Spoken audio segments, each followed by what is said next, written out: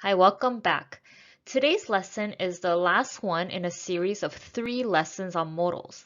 So parts 1 and 2 I will link down below in the description box. In today's lesson, we're going to talk about the difference between will and be going to, don't have to versus must not, and lastly, would and used to. And in between each section, I'm going to insert a tiny little worksheet that kind of reviews and confirms what we go over so that we can make sure that we understood the lesson. Let's start with the difference between will and be going to. Now we can use both will and the phrasal modal be going to make predictions about the future. Example here says, this will be so fun, and you can also say this is going to be so much fun.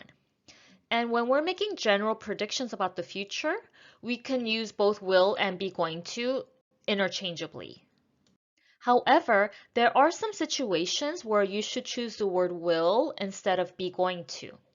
And the 4 situations we'll talk about in this video are when you're making a decision in the moment, meaning you didn't plan ahead, or when you are making requests, when you're trying to express willingness or unwillingness to do something, or when you are trying to make promises.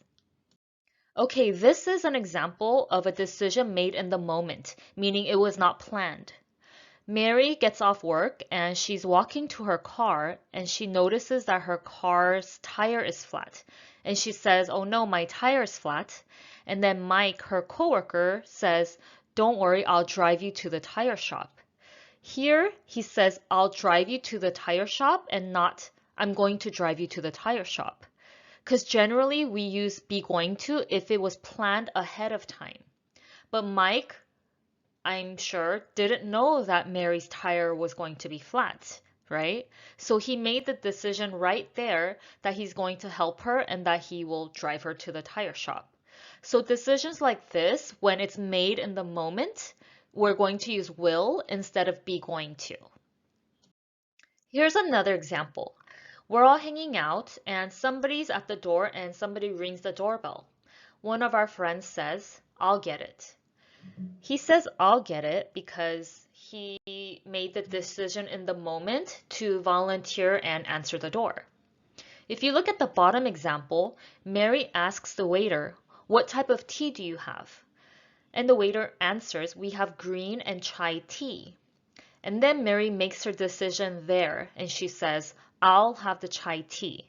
She again will say, "I'll have the chai tea," not "I'm going to have the chai tea," because she didn't even know what kind of tea they had. So she made the decision there. She didn't plan ahead of time what tea she's going to have, right? So I hope that makes sense. If you're making a decision in the moment and it was not planned, you will use will instead of be going to. So we also use the word will to make requests instead of using be going to. So in the first example, it says, "I don't know what's wrong with my car. Will you help me?" I'm not sure if you would sense that, but if I were to say, "I don't know what's wrong with my car. Are you going to help me?" It sounds slightly awkward, but also slightly rude to use be going to instead of will. Very similarly, if you look at the second example, it says, "Will someone help me with the dishes?" So in this situation, maybe I hosted a party and we have so many dishes piled up in the sink. I can ask, "Will someone help me with the dishes?" If I say, "Is anyone going to help me?" That sounds, again, a little bit rude. So when you're making requests, please use will instead of be going to. So we will also use the word will to express willingness or unwillingness instead of be going to. So Mary asks, "Will someone help me with the dishes?" And Mike answers, "I will." And Jane says, "I will too." So Mike and Jane are both willing to help. They are volunteering. If you look at the last sentence, "She won't tell me the truth." Here, this is expressing unwillingness, a refusal to do something. So please choose will to express willingness or unwillingness, instead of be going to. We also use the word will instead of be going to make promises. So for example, I'm sorry I'm late. I'll be on time tomorrow. Or the second sentence says, I'll have it ready by tomorrow morning. So when you're making a promise, please use will instead of be going to. Now, we're going to use be going to instead of will in these two situations. Prior plans, so you already made plans ahead of time, or predictions based on evidence. So we use the phrasal modal be going to for prior plans, meaning we didn't make the decision right now, we had time to think about it. For example, on the slide, it says, how many colleges are you applying to? And the person answers, I'm going to apply to 3 colleges. So he's not just pulling this number out of the air. He already thought about what colleges he's going to apply to. So he's going to use be going to. He's going to use be going to. Yes. The second example here says, do you have any plans for the summer? And then whoever answers says, we're going to visit our family overseas. So again, this is something that they've already had in their plans. Now we also use the phrasal modal be going to and not will when we're making predictions based on evidence. Let me give you an example. There are black clouds in the sky, so that's my evidence. And then I say, hey, look at the clouds, we're gonna have a storm. Or, hey, look at the sky, look at the clouds, it's gonna rain. We do not say, hey, look at the clouds, it will rain, right? So when there's evidence, like you see something that's going on right now, and then you make a prediction of what might happen in the future, we use be going to. I hope that makes sense. Before we move on to our next pair of modal and phrasal modals, please do this very short exercise to just confirm that we understood what we went over right now. It says, think about these scenes. So read the situation and then choose between the modal will or the phrasal modal be going to. And please pause this video so that you will have a little bit more time to think about it. Okay, let's go over the answers together. Number 1, customer says, this is my first time at the restaurant. Which soup do you recommend? The waiter says, our clam chowder is really good. And then the customer responds, okay, I'll have that. That's an apostrophe and an LL. So the customer uses will instead of be going to because the customer made a decision right at the moment to have the soup, right? He didn't plan ahead of time. Number 2 says, that little boy is too close to the pool. Watch out. He's gonna fall in. So he's going to fall in. So sorry about my writing. So this is a situation. You see it. That's my evidence. And then I'm going to make a prediction based on the evidence I see. In this type of situations, I'm going to use be going to instead of will. Very similar to the black cloud situation that we just talked about. Number 3, the babysitter says, don't worry, I'll watch her very carefully. So she's making a promise. Generally, when we make promises, we use will instead of be going to. And the last one says, I'm going to paint my room yellow tomorrow. I'm going to paint my room yellow tomorrow. So unless you're crazy, sorry, just kidding. We generally plan to paint our homes or our rooms, right? So I'm going to assume that this person planned ahead of time, which means we're going to use be going to instead of will. Now let's move on to the difference between don't have to and must not. The words have to and must mean the same thing. So students have to be on time or students must be on time are the same. So for affirmative statements, must, the modal, and have to, the phrasal modal, have the exact same meaning. However, when they are negated, meaning we have the words not in front of each modal and phrasal modal, the meanings are not the same anymore. The meanings change. So in the first box, it says do not have to means there's a lack of obligation or it's just not necessary. Example here says you do not have to talk to anyone. So you could talk to them or you don't have to talk to anyone. The second box says must not means prohibition. You are forbidden or you are not allowed to do something. Here it says you must not talk to anyone. There's a clear difference between you don't have to talk to anyone versus you must not talk to anyone. The first one, you actually have a choice, right? It's not a necessity, so you have a choice. You could or you don't have to talk to them.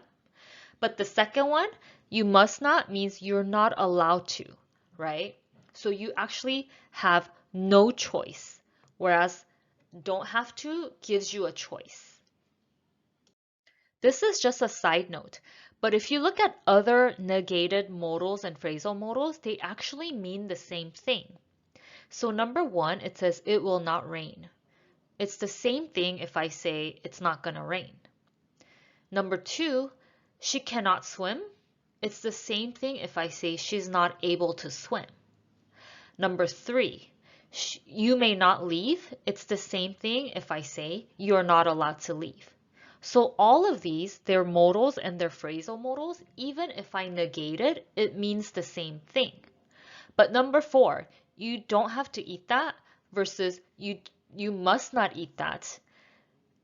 The modals must and have to are the only ones when they're negated, the meanings also change. Okay, before we move on to our last pair of modal and phrasal modal, let's do a very short exercise. Please think about these scenes and please just read the sentences carefully and choose between don't have to or must not. Let's review the answers together. Number one, I can work remotely from my home. I don't have to go into the office. I don't have to. Ooh, so sorry about my writing again. I don't have to go into the office every day. So there's no need, right? There's no obligation. It's not necessary. Number two, you must not. OMG, that's a U right there. You must not be late to the exam or you will be asked to leave. So you actually have no option, you have no choice. You have to be there on time. Number three, you don't have to. My writing is insane. You don't have to water these plants often. They're easy to take care of. So you don't have to means it's not necessary to water these plants often. They're easy to take care of. Whereas number four, it says you must not water these plants often or else they will die from too much water. So you are not allowed to water these plants often because they will die from too much water. If you have any questions about anything we go over in this video, it doesn't have to be related to these worksheets, please leave a comment below and I will definitely get back to you. And lastly, we'll talk about the difference between would and used to. So the modals would and used to are used for a habitual or repeated action in the past. So for example, every Christmas my mom would bake us cookies. Or every Christmas my mom used to bake us cookies. So in this situation, would and used to are used in the exact same way to express a repeated action in the past. However, we only use the phrasal modal used to for a situation that existed in the past. So it's not a repeated action. For example, I used to live in New York, or I used to be a cheerleader. Both of these, it's not a repeated action, but it's just a situation that existed in the past. In these situations, you're not allowed to use would. You would only use used to. So for this exercise, please write the word both if you can use both would and used to, or just write the word used to if that's your only option. And please pause this video for more time. Okay, let's go over the answers together. Number one, when I was a kid, our family, it's both, our family used to go camping every summer, or our family would go camping every summer. So every summer is clearly a repeated action, right? Number 2, I used to have a truck, used to, but I bought a new car. So this is not a repeated action, it's just something that existed in the past. It was a situation in the past. Number 3 is both. I used to cry every time I saw a big dog, or I would cry every time I saw a big dog. Again, every time is a big hint that this is a repeated action. Number 4, this restaurant used to be very good until the chef changed. So here you can't use both. You can't use would because it's not a repeated action. This is kind of a state of being, or this is just how it was in the past.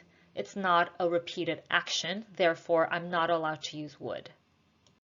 That's it for today. Thank you so much for watching. I hope you found that helpful. And please leave any questions or comments below and I will make sure to respond. And if you were unaware, this is actually our 3rd video on Modal, so I will leave the other 2 linked down below. I'll see you guys next week.